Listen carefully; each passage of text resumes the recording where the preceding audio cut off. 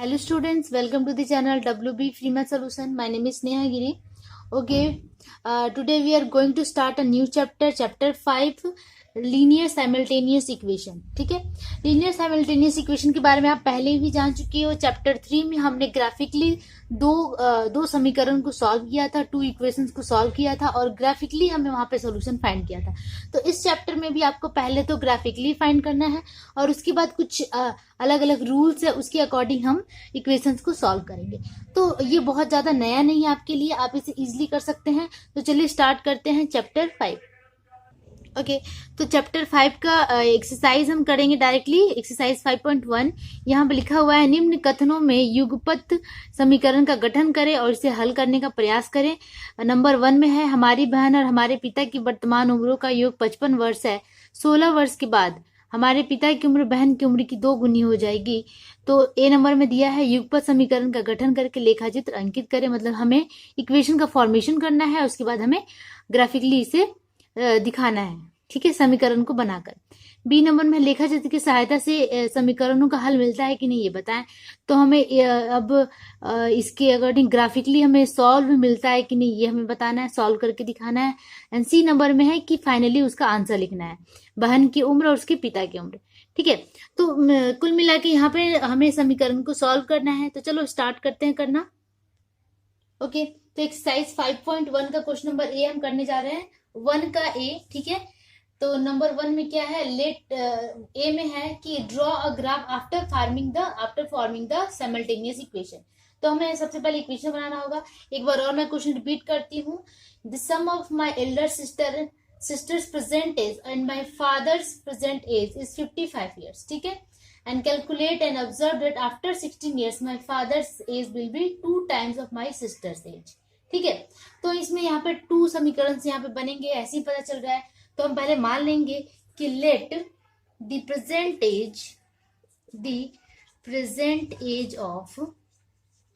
As of my father. ठीक है, father का प्रेजेंट एज हम पहले मान लेते हैं कितना है, x years. And age of my sister y, क्योंकि हमें यहाँ पे साइमल्टेनियस लीनियर इक्वेशन लेना है, मतलब हमें 2 वेरिएबल्स वाले लेने हैं. ठीक है, then the present age of sister equals y years. ठीक है, यहाँ हमने x और y दोनों के वो मान लिए हैं एजेस. ठीक है, अब अकॉर्डिंग टू कंडीशन क्या है, अकॉर्डिंग टू प्रॉब्लम क्या है कि दोनों का जोड़, दोनों के उम्रों का योगफल कितना है, 55 years है. Then x plus Y is equal to कितना मिल गया हमें, 55. तो इसे हम नंबर 1 ले लेंगे. ठीक है, अब इसके अकॉर्डिंग हम यहाँ पे पहले इसी को सॉल्व कर लेते हैं, x का वैल्यू यहाँ से निकाल लेते हैं. तो x इक्वल्स क्या हो जाएगा, 55 माइनस वाई. तो यहाँ पे एक वो फॉर्म होगा बॉक्स. ठीक है, जैसे कि हमने चैप्टर 3 में किया था वैसा ही है सेम. तो यहाँ से हम ग्राफिकली सॉल्व करने के लिए इस तरह कर रहे हैं. तो y का वैल्यू क्या पुट करें कि x का वैल्यू पॉजिटिव आए या कैसा भी आ जाए, ये बहुत इजी है.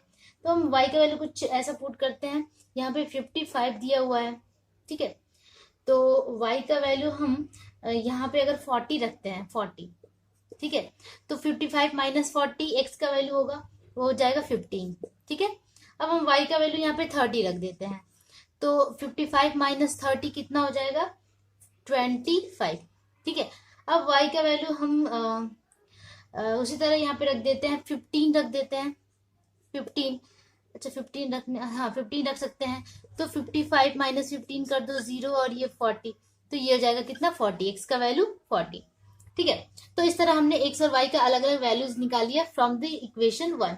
अब इक्वेशन सेकंड कंडीशन में क्या कह रहा है कि I observe that after 16 years my father's age will be 2 times of my sister's age. Father's age will be 2 times of my sister's age. ठीक है, तो इसे भी हमें समीकरण के द्वारा दिखाना पड़ेगा.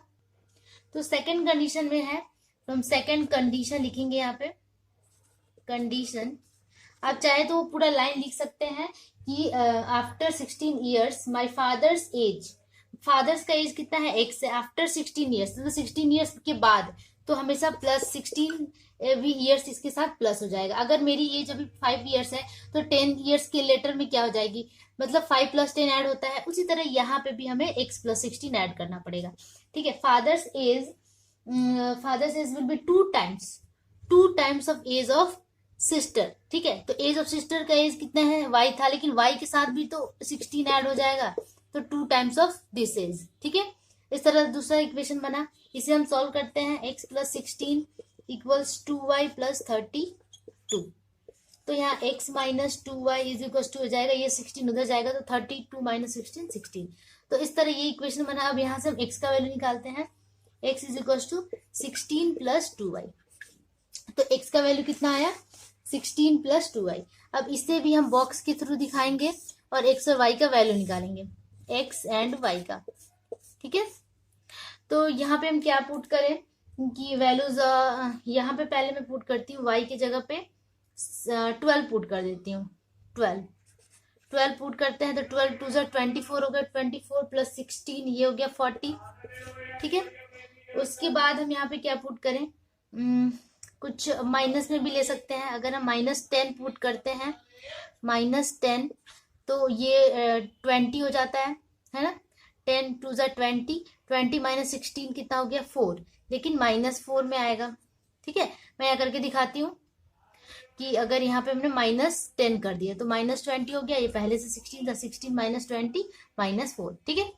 अब हम यहाँ पे कुछ ऐसा पुट करते हैं, -15 पुट कर देते हैं, -15, तो -15 टू -30, 30 माइनस 16, 30 माइनस 16 करेंगे हम तो कितना हो जाएगा, ये हो गया 4 और ये 2 माइनस 1 1, 14 हो गया, ठीक है। तो 30 माइनस 16 कितना हो गया 14, बट यहाँ पे 30 माइनस में था तो ये माइनस हो जाएगा, ठीक है। तो इस तरह हमारे पास इक्वेशंस के x और y का वैल्यू आ गया। अब हम इसे ग्राफिकली ग्राफ पेपर पे प्लॉट करके इसका आंसर निकालेंगे। ओके, अब हम पॉइंट्स को क्या करेंगे, ग्राफ पेपर पे प्लॉट करेंगे। तो पहला पॉइंट क्या है, 15 एंड 40 है, तो यहाँ पे थोड़ी सी जगह की वो हो रही है, मैं यहाँ रख देती हूँ, ठीक है। बाकी आपने देख लिया होगा 15 40। तो x का वैल्यू 15 है, ये हो गया 5 प्लस 5 10 प्लस 5 15 एंड 40 है y का वैल्यू, तो y का वैल्यू 40, ये हो गया 10 प्लस 10 प्लस 10 30 हो रहा है। मेरा ग्राफ पेपर छोटा है तो यहाँ पे दिक्कत हो रहा है थोड़ा करने में। आप इसे प्लीज अपने किसी बड़े ग्राफ पेपर पे प्लॉट कर लीजिएगा, क्योंकि यहाँ पे मुझे जगह की थोड़ी सी कमी हो रही है। मेरे पास वैसे अभी है नहीं इस तरह का नोटबुक, तो I am so sorry for that. लेकिन मैंने आप लोग को पहले ही सिखा रखा है कि इसे कैसे प्लॉटिंग करते हैं, आप लोग इजिली कर लेंगे। प्लॉट करने के बाद आपका आंसर भी आ ही जाएगा, तो आप इस तरह इसको सॉल्व कर सकते हैं। अब इसी के साथ हम सेकंड नंबर क्वेश्चन पे मूव करते हैं। नंबर अच्छा, ये ए नंबर था, यहाँ से हम एक सॉल्यूशन निकालेंगे, एक्स और वाई का वैल्यू, तो ए का वो सॉल्यूशन हो जाएगा। बी नंबर में दिया है, क्या हम सॉल्यूशन निकाल पाते हैं, तो हाँ यस हम निकाल पाते हैं। सी नंबर में कुछ ऐसे ही दिया हुआ है कि सी नंबर में क्या दिया हुआ आपके बुक के क्वेश्चन में, मैं एक मिनट बताती हूँ। सी नंबर में let me write the present age of my elder sister and father, तो उसके एल्डर सिस्टर फादर का एज, वाई का वैल्यू एल्डर सिस्टर हो जाएगा 13 ईयर्स आएगा एंड फादर का 42 आएगा, तो वहां से ग्राफिकली आप सॉल्व कर सकते हैं, ठीक है। अब हम मूव करते हैं क्वेश्चन नंबर सेकंड पे। ओके, सेकंड नंबर क्वेश्चन आप देखिए, मीता ने यादव काका की दुकान से 42 रुपीज में 3 कलम और 4 पेंसिल खरीदा। मैंने भी अपने मित्रों को उपहार देने के लिए यादव काका की दुकान से समान मूल्य के 9 कलम और 1 दर्जन पेंसिल 126 रुपए में खरीदा।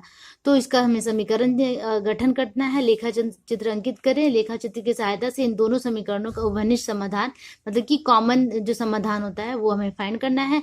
एक पेन और एक पेंसिल का अलग अलग मूल्य भी हमें यहाँ पे ज्ञात करता है, होगा या नहीं ये हमें बताना है, ठीक है। तो चलो इसे बनाते हैं। मैं क्वेश्चन एक बार और रिपीट करती हूँ। Meeta has brought 3 pens and 4 pencil at 42 rupees, ठीक है। तो ए नंबर में हमें क्या करना है कि साइमल्टेनियस इक्वेशन फॉर्म करके दिखाना है। तो लिखेंगे कि let the cost of one pen be X rupees, ठीक है, एक्स रुपीज है एक, एंड वन पेंसिल भी वाई रुपीज, ठीक है। एक पेन का दाम हमने एक्स रुपया मान लिया और एक पेंसिल का दाम हमने कितना मान लिया, वाई रुपया मान लिया, ठीक है। अब हमें क्या करना है कि अकॉर्डिंग टू प्रॉब्लम क्या कह रहा है कि 3 पेन्स एंड 4 पेंसिल खरीदा था 42 रुपीज में। तो पेन कितना है, एक पेन का एक्स है तो 3 पेन का 3x प्लस 4 पेंसिल खरीदा था तो एक पेन का वाई, एक पेंसिल का वाई रुपीज प्राइस है, तो 4 का 4 वाई हो जाएगा। ठीक है, टोटल का मूल्य कितना दे दिया है, 42 रुपीज। ठीक है, total cost of pen and pencil 42 rupees है। तो ये नंबर 1 इक्वेशन हो गया, इसे हम सॉल्व करेंगे। That is 3x is equal to 42 minus 4y। ठीक है, दैट इज यहाँ से x is equal to 42 minus 4y by 3। ठीक है, अब यहाँ से हमें बॉक्स बना लेंगे रेक्टेंगुलर, x एंड y का वैल्यू और 3 वैल्यूज यहाँ से हम फाइंड करेंगे। ठीक है, तो y का वैल्यू हम क्या पुट करें, यहाँ का अगर y का वैल्यू अगर हम 9 पुट कर देते हैं तो 9 4 जा, तो ये हो जाएगा 42 माइनस 4y, 4 की जगह 9, 36, 42 माइनस 36 बाई 3, तो ये हो गया 6/3 दैट इज 2। तो इसका वैल्यू कितना आ गया 2। ठीक है, उसी तरह अब हम यहाँ पे क्या पुट करें, y की जगह पे, y की जगह पे अगर हम 18 पुट करते तो 18 4 जा, 18 4 जा आपका हो जाएगा 72 और 72 माइनस 42, फिर आपका जो आएगा उसको हम 3 से डिवाइड कर देंगे, 20 आएगा, सॉरी 30 आ जाएगा आपका, तो उससे 3 से डिवाइड करेंगे तो आएगा 10, माइनस 10 आ जाएगा। ठीक है, आप ये कैलकुलेशन खुद कर सकते हैं, मैं बहुत जल्दी जल्दी कर रही हूँ तो इतना टाइम नहीं है मेरे पास। तो यहाँ पे y के जगह पे हमने 18 पुट किया था, तो ये माइनस करके माइनस 30 आया था, माइनस करने के बाद। ठीक है, तो माइनस 30 को 3 से डिवाइड करेंगे तो माइनस 10। ठीक है, उसी तरह y की जगह पे अगर हम 12 पुट करते हैं तो यह कैलकुलेशन करने के बाद x का वैल्यू आ जाएगा हमारे पास -2। इस तरह हमारे पास वैल्यूज आ गए। ठीक है, अब नेक्स्ट इक्वेशन की तरफ आगे बढ़ते हैं। नेक्स्ट में क्या कह रहा है, I bought 9 pen and 1 dozen pencil. ठीक है, 9 पेन, ठीक है, according to problem 9 pen, pen है x एंड 1 डजन पेंसिल, मतलब कि 1 डजन का मतलब 12, एक डजन में 12 होता है, तो 12 पेंसिल इज इक्वल टू कितने में 126 रुपीज है। तो ये हो गया नंबर 2।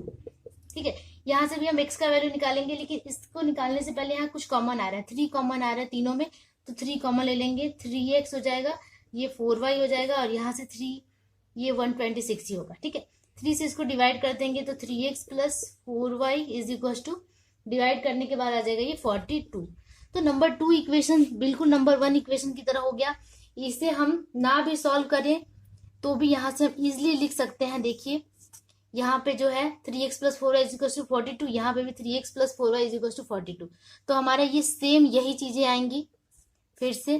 ठीक है, एक्स वाई वही 9 एंड 2 आएगा, वही 18 एंड माइनस 10 आएगा, एंड यहाँ 12 एंड -2 आएगा।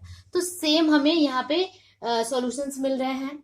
ठीक है, तो ए नंबर में हम क्या लिखेंगे, ए नंबर का आंसर में हम लिखेंगे कि सिंस बाय इक्वेशन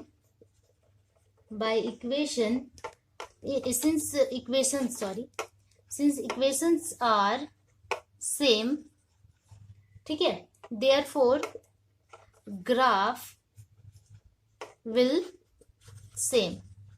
यहाँ से अगर हम ग्राफिकली इसे प्लॉटिंग करते हैं तो ग्राफ भी हमें यहाँ पे सेम मिलेगा। आप यहाँ पे ग्राफ को प्लॉट करके दिखा सकते हैं। ठीक है, तो अगर आप चाहें तो मैं दिखा देती हूँ ग्राफ पे प्लॉट करके।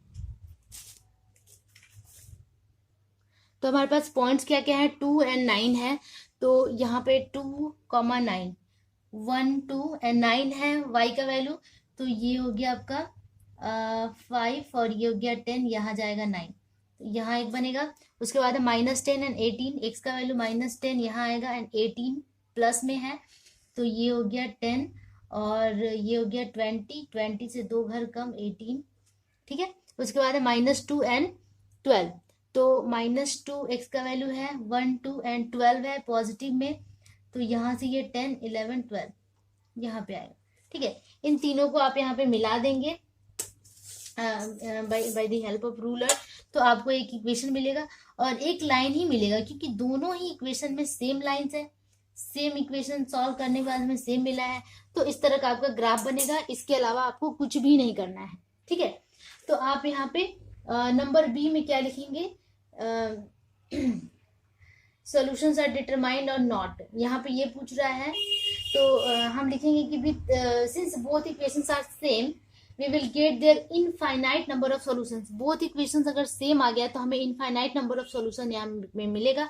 तो हम यहाँ पे क्या लिखेंगे, बी नंबर में, बी का आंसर में हम लिखेंगे कि we will get there infinite number of equations, solutions. ठीक है, उसके बाद कह रहा है कि write the price of 1 pen and 1 pencil. ठीक है, तो 1 पेंसिल का प्राइस कितना होगा ये हमें कहाँ से मिलेगा। ठीक है, सी नंबर में कह रहा है कि write the price of 1 pen and 1 pencil separately. तो यहाँ पे हम लिखेंगे the cost of 1 pen and 3 pencils can not be find out by the graph. 1 pen and 3 pencil का प्राइस पूछ रहा है ना। अच्छा, 1 पेन एंड 1 पेंसिल, तो ये ग्राफ से फाइंड करना बहुत ही डिफिकल्ट है, क्योंकि दोनों में कहीं पे भी कट पॉइंट तो मिला नहीं। जब तक कि हमें कटान बिंदु ना मिले हमें सोल्यूशन नहीं मिलता है। ठीक है, तो हम नहीं फाइंड कर सकते हैं। यहाँ पे हम ये कह सकते हैं कि if the cost of 1 pen is 10 rupees then the cost of 1 pencil 3 rupees हो सकता है। ठीक है, या हम ये कह सकते हैं कॉस्ट ऑफ 1 पेन अगर 6 रुपीज है तो पेंसिल भी 6 रुपीज होगा। इस तरह आप ये कह सकते हैं, क्योंकि यहाँ से आपको ये देखने को मिल रहा है कि कहीं पे भी हमें कट पॉइंट नहीं मिला है। ठीक है, तो इसी के साथ सॉल्यूशन हमने कर लिया क्वेश्चन नंबर 2 का। अब हम मूव करते हैं क्वेश्चन नंबर 3 पे। ओके, अब 3 नंबर क्वेश्चन में कहता है कि आज विद्यालय में अपने अनुसार चित्रकारी करनी है, इसके लिए मैंने 2 art paper 5 sketch pen 16 rupees में खरीदा, किंतु दोला ने उसी दुकान से एक ही मूल्य के 4 आर्ट पेपर और 10 स्केच पेन 28 रुपीज में खरीदा। ठीक है, तो यहाँ से हमें समीकरण गठन करना है। तो चलो इसे करते हैं। मान लेते हैं कि let the cost of 1 art paper be rupees x. ठीक है, and the cost of 1 sketch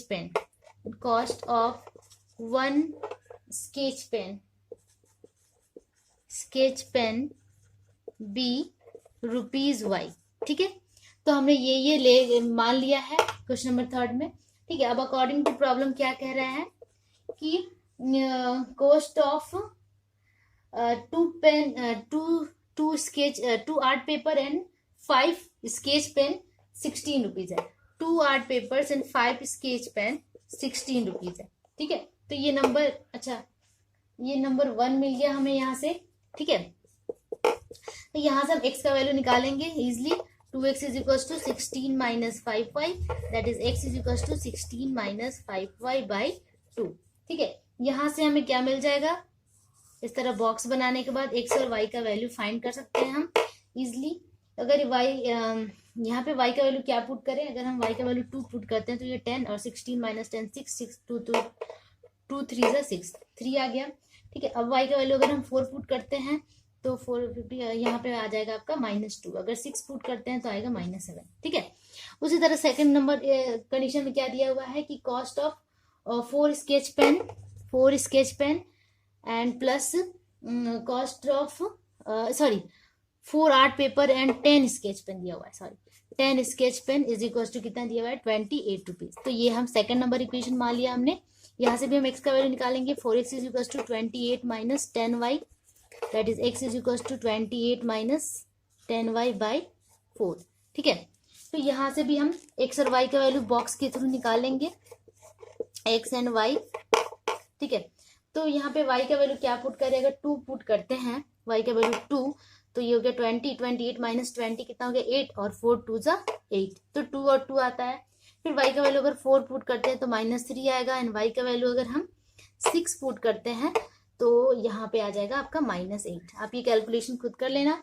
ठीक है, तो इस तरह हमारे पास ये पॉइंट्स मिल गए। अब हम इसे ग्राफिकली ग्राफ पेपर पे प्लॉट करते हैं। ओके, तो x का वैल्यू यहाँ पे 3 एंड y का वैल्यू 2 है, तो 1 2 3 एंड y का वैल्यू 2 1 2, यहाँ पे हमें पॉइंट मिला। फिर है -2 एंड 4, x का वैल्यू कितना है -2 एंड 4, पॉजिटिव में 1 2 3 4, यहाँ पे पॉइंट मिला। उसके बाद है -7 एंड 6, तो माइनस ये 5 हो गया 6 7। ठीक है, -7 एंड y का वैल्यू कितना है 6, तो पॉजिटिव में 6 है 5 6। तो ये तीनों पॉइंट्स को हम क्या करेंगे, by the help of ruler इसे हम मिला लेंगे इस तरह। ठीक है, उसके बाद नेक्स्ट पॉइंट है 2, 2। ठीक है, तो x का वैल्यू 2 है 1 2 एंड y का वैल्यू भी 2 है 1 2, यहाँ पे आएगा,